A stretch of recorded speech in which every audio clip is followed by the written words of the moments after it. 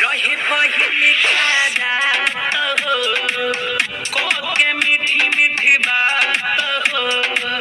चुम्मा चाटी तू करके हमसे सीना से लिहला